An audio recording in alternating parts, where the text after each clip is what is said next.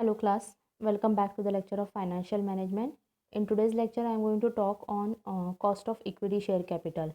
As far as first and second cost of capital is concerned, we have completed cost of debt and cost of preference share capital. And in today's lecture, I am going to talk on cost of equity share capital. That is nothing but what the minimum rate which is supposed to be earned if the capital fund is raised out of equity share capital. Minimum rate किती earn झाला पाहिजे जर capital invest केलेलं जे आहे ते equity शेअरमधून raise केलं असेल तर. याच्यामध्ये बरेचसे अप्रोचेस आहेत, एकूण 5 ॲप्रोच तसे आहेत, पण आजच्या लेक्चरमध्ये आपण 4 ॲप्रोचेस बघणार आहोत.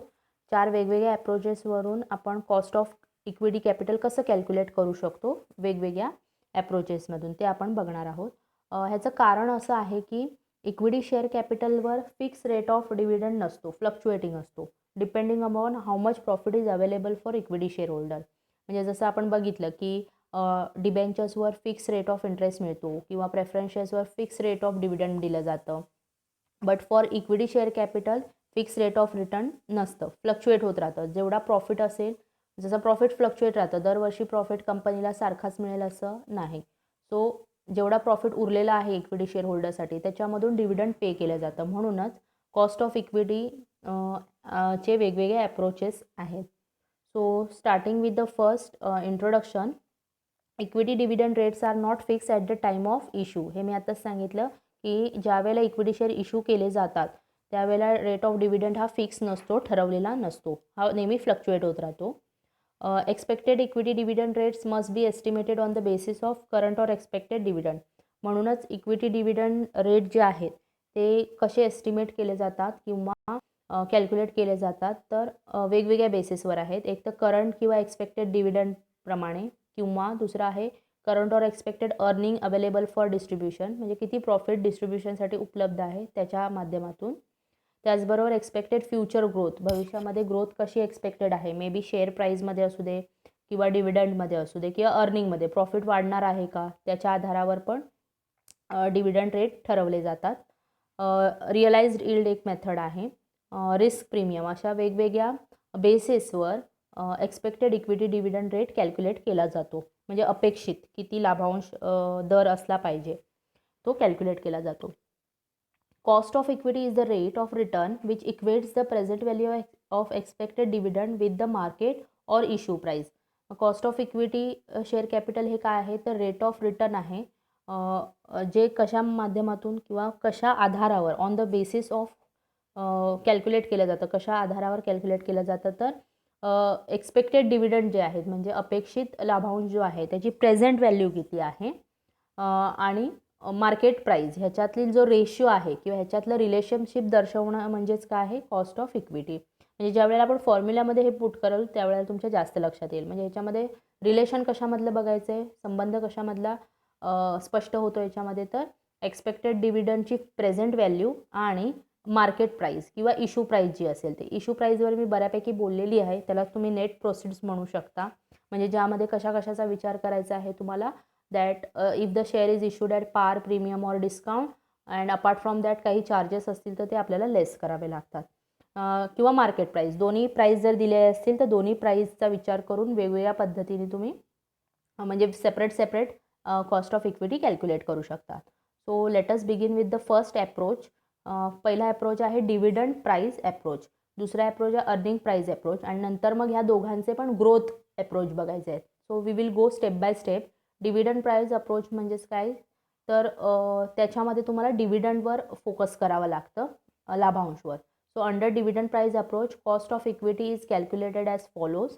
बघा इथे दिलेलं आहे K to the base E. E तिथे बहुतेक थोडा कमी दिसतो आहे कारण की तो बेसला मी घेतलेला आहे. सो कन्सिडर करा K to the base small E. E म्हणजे stands for cost of equity is equal to D divided by P.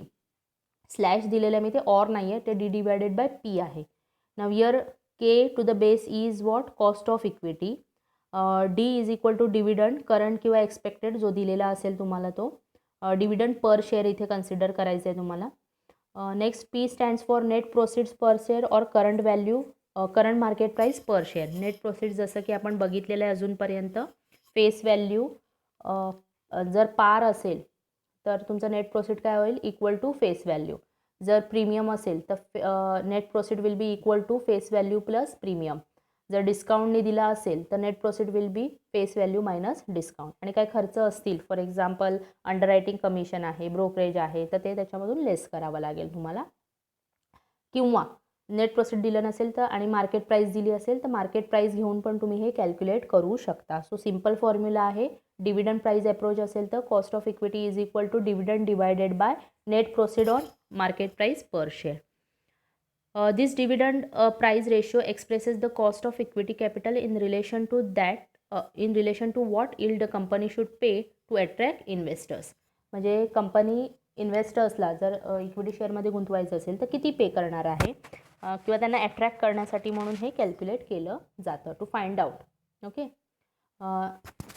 Next, this model assumes that dividends are paid at a constant rate to perpetuity. This model assumes that dividends are paid at a constant rate to perpetuity. म्हणजे ह्याच्यानुसार dividend कसे पे केले जातात, constantly पे केले जातात. परपेच्युटी म्हणजे fix period नसतो, अनंत काळासाठी ते पे केले जातात. जसं की मी सांगितलं, प्रेफरन्स शेअरला फिक्स पिरियड असतो, लाईफ फी फिक्स्ड असते, डिबेंचर्सला लाईफ पण फिक्स असते. परंतु इक्विटी ही लाईफ लॉंग, जोपर्यंत कंपनी अस्तित्वात आहे तोपर्यंत इक्विटी शेअर्स होल्डर जे असतात ते त्याचे मेंबर्स असतात. वाइंडिंग आमच्या वेळेला ते रिडम्पशन केले जातात, त्याच्या आधी त्यांचं रिडम्पशन होऊ शकत नाही किंवा केलं जात नाही इन शॉर्ट. ओके. त्यामुळे ते परपेच्युटी म्हटली आहे, सतत चालू राहणारी. This method cannot be use to calculate cost of equity of firm suffering losses. Okay. जे फर्म्स लॉसेस जात आहेत ते लोक डिव्हिडंड देऊ शकत नाहीत, त्यामुळे किंवा त्यांना प्रॉफिट अवेलेबल होऊ शकत नाही. त्यामुळे ह्या अप्रोचनुसार आपण ह्या मेथडनुसार कॉस्ट ऑफ इक्विटी कोणासाठी कॅल्क्युलेट करू शकत नाही, जे लॉस सफरिंग किंवा जे लॉसेस सफर करतायत, तोटे सफर करतायत, अशा कन्सर्नसाठी ह्या मेथडनुसार कॅल्क्युलेट केलं जाऊ शकत नाही. नेक्स्ट एक्झाम्पल दिलेलं आहे बघा इकडे. एक्झाम्पलमध्ये a company offers equity shares of ₹10 each for public subscription at a premium of 5%. लिहून घ्यायचं आहे तुम्ही हा प्रॉब्लेम, सो दॅट कारण की मग पुढे गेलो की आपल्या सोल्युशनची स्लाईड येईल, म्हणून प्रॉब्लेम लिहून घेतलात तर बरं पडेल. अ company offers equity shares of ₹10 each for public subscription at a premium of 5%. इथंपर्यंत काय कळतं आहे की इक्विटी शेअर इश्यू केलेला आहे ₹10, ₹10 ही त्याची फेस व्हॅल्यू होईल, पण इश्यू कसा केला आहे, at a premium of 5%. Next, the company page 2% of the issue price as underwriting commission. कंपनीला इश्यू प्राईसच्या 2% काय पे करावं लागते, अंडररायटिंग कमिशन पे करावं लागते, म्हणजे हा कंपनीसाठीचा खर्च आहे. Next, the rate of dividend expected by equity share holders is 30%. Expected rate दिलेला आहे तुम्हाला 30%. ओके. रिक्वायर्ड काय आहे, you are required to compute the cost of equity capital. Cost of equity capital काढायला सांगितलं ह्या माहितीनुसार. आणखीन एक क्वेश्चन त्याच्यामध्ये विचारलं आहे, will your cost of capital be different if it is calculated on the basis of present market value of equity share which is only ₹13. म्हणजे मार्केट व्हॅल्यू पण त्याची दिलेली आहे. इश्यू प्राईस म्हणजे नेट प्रोसेट्स पण तुम्हाला कॅल्क्युलेट करता येतील आणि मार्केट प्राईस, म्हणजे दोन्ही प्राइजेस कन्सिडर करून तुम्हाला हा प्रॉब्लेम सॉल्व्ह करायचा आहे. म्हणजे 2 आन्सर्स येतील, 2 रेट तुम्हाला इथे कॅल्क्युलेट करायचे आहेत कॉस्ट ऑफ इक्विटीचे. So let us start with the solution. First of all we will see with net proceed. Net प्रोसीडने पहिलं बघून घेऊया. Given face value of equity share 10 आहे. मग नेट प्रोसीड काय होईल, प्रीमियमनी दिल्यामुळे आणि अंडर रायटिंग कमिशन असल्यामुळे तुमचा अशा पद्धतीने नेट प्रोसीड येईल. Face value plus premium and minus under writing commission. Face value आहे ₹10, प्रीमियम सांगितलेलं आहे फेस व्हॅल्यूवर 5% आणि अंडर रायटिंग कमिशन हे इश्यू प्राईजवर 2% आहे. मग इश्यू प्राईस पहिलं काय येईल तुमची बघा, 10 अधिक 0.50 म्हणजे 50 पैसे हे प्रीमियम आहे आणि ₹10.50 हे त्याची इश्यू प्राईज होईल प्रीमियम पकडून. आणि ह्या इश्यू प्राईजवर 2% तुमचं अंडर रायटिंग कमिशन होईल, म्हणजे ₹10.50वर 2% जे आहे 0.21. एवढा खर्च झाला कंपनीला पर शेअर मागे, तो लेस करा, तुम्हाला NP मिळेल बघा, नेट प्रोसीड 10.29. याचा अर्थ काय होतो, ₹10 शेअर ₹10.50 विकणार होतो, परंतु 21 पैसे अंडर रायटिंग कमिशन द्यावं लागल्यामुळे एका शेअर मागे कंपनीला किती रुपये मिळतील, ₹10.29. सो NP मिळाला. दुसरा हवा आहे आपल्याला D हवा आहे. D म्हणजे dividend per share. Dividend per share किती दिलेला आहे 30% दिलेला आहे अपेक्षित लाभांश. ओके, अपेक्षित असू दे किंवा करंट असू दे, कुठलाही तुम्ही इथे कन्सिडर करू शकता as per our formula. So इथे मी दिलेलं आहे कंसात बघा काहीतरी, dividend is always calculated on face value. Face value किती आहे 10 रुपये. 10 रुपयावर 30% 3 रुपये होतात. Okay, so dividend per share will be ₹3. आणि फाइंड आउट काय करायला सांगितलं, to find cost of equity as per net proceeds per share. 2 भाग केलेले आहेत मी इथे, ॲज पर नेट प्रोसीड आहे आणि दुसरा आपण बघणार आहोत ॲज पर मार्केट प्राईस. पहिलं नेट प्रोसीडचं बघून घेऊया. सो अँड दुसरं इथे दिलं आहे मी cost of equity as per market price per share. So we know the formula for cost of equity as per net proceeds. Cost of equity is equal to D divided by P. D आपण calculate केलं आहे 3 रुपये divided by issue price जी आहे 10 रुपये 29 पैसे calculate करून घेतलेली आहे. ती डिवाइड करा, तुम्हाला आन्सर मिळेल बघा 0.2915. आता ह्याला पर्सेंटेजमध्ये कन्वर्ट करा by multiplying it by 100. Your cost of equity will be 29.15%. Okay, आता इथे घेतले आपण नेट प्रोसीड, त्या ठिकाणी आता मार्केट प्राईस घेऊया. मार्केट प्राईस तुम्हाला मला वाटतं 13 रुपये दिलेली आहे. So we know the formula for cost of equity as per market price. Formula तोच राहील, फक्त आता पी इथे काय येईल तर तुमची मार्केट प्राईस तिथे रिप्लेस करायची आहे नेट प्रोसीडऐवजी. डी सेम राहील 3 रुपये. मार्केट प्राईस तुम्हाला प्रोव्हाइड केलेली आहे इन्फॉर्मेशनमध्ये 13 रुपये. सो 3 डिवायडेड बाय 13 0.2308 आणि ह्याला पर्सेंटेजमध्ये कन्वर्ट करा by multiplying it by 100. Your answer will be 23.08. बघा तफावत आहे जेवढ्याला इश्यू प्राईजने आपण कन्सिडर करतो आहे आणि मार्केट प्राईजने. ओके, सो जशी इन्फॉर्मेशन दिली आहे तसं तुम्हाला सॉल्व्ह करायचं आहे. इथे पहिला अप्रोच आपला कंप्लीट झाला आहे. कुठला अप्रोच, डिव्हिडंड प्राईज अप्रोच. दुसरा अप्रोच आहे अर्निंग प्राईज अप्रोच. अर्निंग म्हणजे कंपनी किती कमवते आहे किंवा प्रॉफिट किती झालेलं आहे त्याच्यानुसार आपण कॉस्ट ऑफ इक्विटी कॅल्क्युलेट करू शकतो. This approach correlates the earnings of the company with the issue price or market price of its shares. पहिल्या अप्रोचमध्ये डिव्हिडंड कन्सिडर केलं होतं, इथे काय कन्सिडर करणार आहोत, कंपनी किती कमवते आहे त्याचा आणि मार्केट प्राईसचं रिलेशन बघितलं जातं. This approach ignores the effect of changes in the dividend policy. म्हणजे इथे डिव्हिडंडचा विचार केला जात नाही या मेथडमध्ये. This approach ignores the factor of capital appreciation or depreciation in market value of shares. म्हणजे कॅपिटल वाढ आहे, कॅपिटल घट आहे मार्केट व्हॅल्यू ऑफ शेअर्समध्ये, त्याचा देखील इथे विचार केला जात नाही.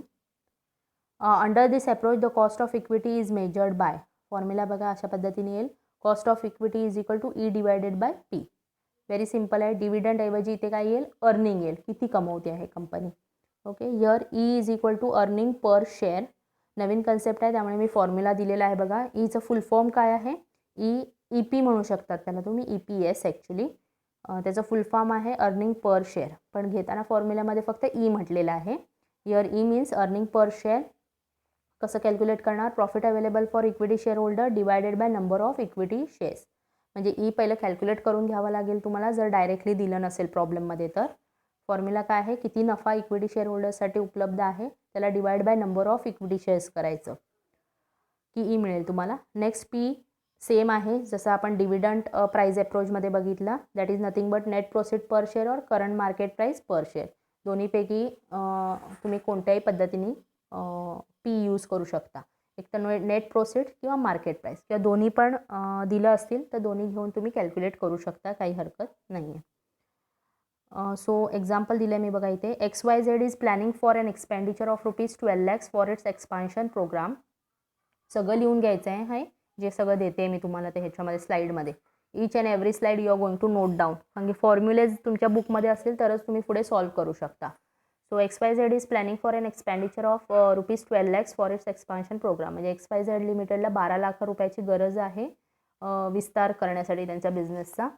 कसे रेज केले आहेत बघा. Number of existing equity shares आहेत त्यांचे 20 lakhs. आता सध्या किती आहेत त्यांचे 20 लाख शेअर होल्डर्स आहेत. हां, ही संख्या दिली आहे, नग संख्या म्हणजे 20 लाख हे शेअर्स आहेत. And the market value of equity share is ₹60. आता इथे कोणती प्रोव्हाइड केलेली आहे, मार्केट प्राईस. मग तुम्ही मार्केट प्राईजनी कॅल्क्युलेट करू शकता. It has net earning of ₹180 lakhs. 180 लाखाचं त्यांचं अर्निंग आहे. ओके, मग अर्निंग माहिती आहे, नंबर ऑफ इक्विटी शेअर्स माहिती आहेत 20 लाख आहेत ते, म्हणजे तुम्ही अर्निंग पर शेअर कॅल्क्युलेट करू शकता. Okay, Compute the cost of existing equity share and the cost of new equity share capital, assuming that new share will be issued at a price of rupees 52 per share and the cost of new issue will be rupees 2 per share. म्हणजे जर हे 12 लाख उभारायचे असतील तर नवीन share जर issue करायचे आहेत आणि issue price जर 52 रुपये असेल, 52 रुपीज असतील आणि खर्च येणारा 2 रुपये असेल, म्हणजे नेट प्रोसिड्स तुम्हाला कॅल्क्युलेट करावे लागतील इथे आणि त्यानुसार मग कॉस्ट ऑफ कॅपिटल किती असेल. म्हणजे पहिलं तुम्हाला कॅल्क्युलेट करायचं आहे मार्केट प्राईस कन्सिडर करून आणि दुसरं कॅल्क्युलेट करायचं आहे इश्यू प्राईस कन्सिडर करून. Okay, so let us start. Given काय काय आहे बघून घेऊया. आपल्याला लागणार आहे E is nothing but what, earning per share. कसं कॅल्क्युलेट करायचं, नेट अर्निंग किंवा ज्याला आपण म्हणू शकतो profit available to equity share holders divided by number of equity shares. Net earning दिलेलं आहे 1,80,00,000. देताना प्रॉब्लेममध्ये कसं दिलं होतं 180 लाख, बरोबर ना. मग 180वर 5 शून्य म्हणजेच किती होतात 1,80,00,000 डिवायडेड बाय 20 लॅक्स. हे नंबर्स आहेत, रुपीज नाही आहेत. 20 lakh number of equity shares आहेत. ओके, पाहिजे तर प्रॉब्लेम तुम्ही व्यवस्थित वाचा. डिवाइड केलं की तुम्हाला पर शेअर एका शेअर मागे किती रुपये मिळत आहेत प्रत्येक शेअर होल्डरला 9 रुपये, 9 रुपीज पर शेअर. हे झालं earning per share. Next net proceeds calculate करूया. पहिलं मी नेट प्रोसिड्सचं घेतलं आहे. नेट प्रोसिड्स सांगत असताना 52 रुपयाने इश्यू केलेला आहे पण 2 रुपये खर्च आला, त्यामुळे नेट प्रोसिड्स किती झाले तुमचे 50 रुपीज झाले. Okay, now we can calculate. Market price पण दिलेले आहे 60. आता एकदा तुम्हाला 50 रुपीज कन्सिडर करून कॅल्क्युलेट करायचं आणि एकदा 60 रुपये कन्सिडर करून करायचं आहे. So to find cost of equity we know the formula for cost of equity share under earning per share approach considering net proceed. पहिला net proceeds घेऊन करूया. Formula is cost of equity is equal to earning per share divided by net proceeds.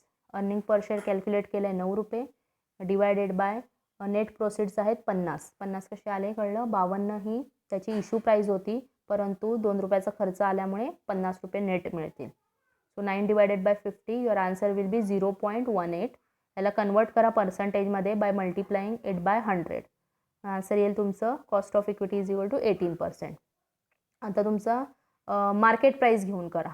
Market price घेऊन बघा, considering market price जर केलं formula will remain same. Cost of equity is equal to earning per share divided by P. पण आता पीला कशाने substitute करा, net processed पहिलं घेतलेलं, आता मार्केट प्राईस घ्या. मार्केट प्राईस दिलेली आहे डायरेक्टली तुम्हाला 60 रुपीज. अर्निंग पर शेअर परत कॅल्क्युलेट करायची गरज नाही, that will remain same 9 rupees. So 9 divided by 60 comes out to be 0.15. याला कन्वर्ट करा पर्सेंटेजमध्ये by multiplying it by 100. You will get cost of equity is equal to 15%. म्हणजे net processed घेऊन केलं तर 18% आहे आणि मार्केट प्राईस घेतलं तर 15% आहे. ओके, आता मार्केट प्राईस जर दिलीच नसती तर आपल्याला ती कॅल्क्युलेट करावी. हे जे मी नंतर कॅल्क्युलेट केलं आहे कन्सिडरिंग मार्केट प्राईस ते करायची गरज नाही. पण आता दोन्ही पण गोष्टी उपलब्ध होत्या प्रॉब्लेममध्ये, त्यामुळे आपण दोन्ही कॅल्क्युलेट केले. ओके, तिसरा अप्रोच आहे डिव्हिडंड ग्रोथ अप्रोच. बघा, पहिला आपण बघितलं ना फर्स्ट डिव्हिडंड प्राईज अप्रोच. आता डिव्हिडंडमध्ये वाढ झाली तर तो अप्रोच काय झाला, dividend growth approach. So this is also non as Gordon's model and is widely use. ह्याला दुसरं काय म्हणतात, गॉर्डन्स मॉडेल म्हणतात आणि सर्रास याचा वापर केला जातो. Where earnings, dividends and equity share price all grow at the same rate, the cost of equity capital may be computed as follows. म्हणजे ज्यावेळेला लाभांश पण वाढतं आहे इयर टू इयर किंवा इक्विटी शेअरची प्राईस पण वाढते आहे किंवा कंपनीचे अर्निंग्स पण वाढत आहेत. ओके, म्हणजे फ्लरिशिंग कंपनी आहे, तर अशा वेळेला ह्या अप्रोचचा वापर केला जातो डिव्हिडंड ग्रोथ अप्रोच. आणि त्यानुसार त्याचा फॉर्म्युला बघा काय आहे, cost of equity is equal to D divided by P into 100 plus जी.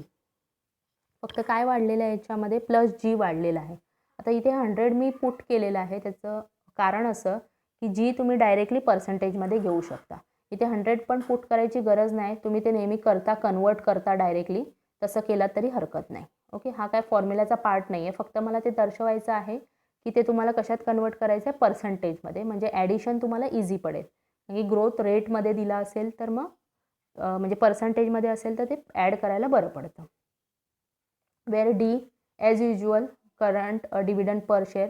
तुम्ही पहिला फॉर्म्युला आणि हा फॉर्म्युला कम्पेअर करून बघा, फक्त काय ॲड झालेलं आहे तिथे, जी ॲड झालेलं आहे. ओके, पी पुन्हा नेट प्रोसिड्स पर शेअर आणि G annual growth rate of earnings of dividend. Weakness आहे याचं, काही 4 विकनेसेस आहेत, म्हणजे कमकुवत बाजू बनू शकता. Dividends do not grow smoothly in reality. जसं आपण इथे गृहीत धरलेलं आहे की डिव्हिडंड व्यवस्थित वाढेल, तर तसं वाढेलच असं नाही आहे. प्रत्यक्षामध्ये तशी केस असेल असं नाही. त्यामुळे हा एक मर्यादा आहे. The model fails to take capital gains into account. Capital गेन्सचा इथे विचार केला जात नाही, म्हणजे भांडवली जे फायदे असतील त्याचा किंवा रिटर्न्स प्रॉफिट्स असतील त्याचा विचार केला जात नाही. It assumes there are no issue cost for new shares. इथे असं कन्सिडर केलं जातं की नवीन शेअर जे इश्यू केले जातात त्याला काही खर्च येत नाही, म्हणजे उदाहरणार्थ अंडर रायटिंग कमिशन आहे किंवा इतर इश्यू खर्च आहे तो इथे येत नाही असं गृहीत धरलं जातं.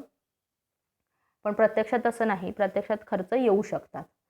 त्याचबरोबर it does not produce meaningful results where no dividend is paid. म्हणजे जिथे डिव्हिडंडच पे केलं जात नाही तिथे ह्याचा हा अप्रोच लागू होणार नाही, कारण की डिव्हिडंड जर दिलं जात नाही म्हणजे डिव्हिडंड काय असणार आहे, 0, बरोबर ना. मग 0 जर असेल तर तुमचं इक्विटी कॅपिटलची कॉस्ट पण काय येणार आहे, 0, जे की मिनिंगफुल नाही आहे, अर्थच राहणार नाही त्याला.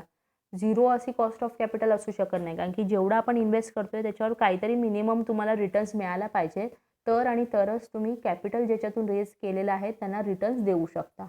ओके, त्यामुळे 0 असू शकत नाही. सो हे काही विकनेसेस आहेत त्याचे. एक्झाम्पल बघूया याचं. Triveni industries limited equity share is currently quoted at ₹68. म्हणजे मार्केटमध्ये त्याची प्राईस, त्रिवेणी इंडस्ट्रीजच्या इक्विटी शेअरची प्राईस सध्याची किती आहे, ₹68 आहे market price. Next year the company would pay dividend of ₹8.16. म्हणजे भविष्यातलं सांगितलेलं आहे, पुढच्या वर्षी किती पे करणार आहे, एक्सपेक्टेड पण चालेल, करंट किंवा एक्सपेक्टेड डिव्हिडंड आपल्याला कन्सिडर करायचं आहे. ₹8.16 पर शेअर मागे, शेअर ऑफ ₹10. म्हणजे डिव्हिडंड ₹8.16 आणि फेस व्हॅल्यू किती आहे त्याची, ₹10. The investor aspects a growth rate of 6% per annum. Growth rate दिलेला आहे 6%. कॉम्प्यूट काय काय कॉम्प्यूट करायला सांगितलं आहे बघा. पहिलं तर सांगितलं आहे companies cost of equity capital. आता ग्रोथ रेट दिला आहे, डिव्हिडंड दिलेला आहे, अर्निंग नाही दिलं आहे, म्हणजे इथे कुठला अप्रोच वापरणार तुम्ही, dividend growth approach. Second requirement आहे, if the anticipated growth rate is 8%. आता ही केस दिलेली आहे, जर ग्रोथ रेट 8% असेल, what would be the indicated market price of the share if the dividend of ₹9.80 per share is to be declared in next year at the same cost of equity capital.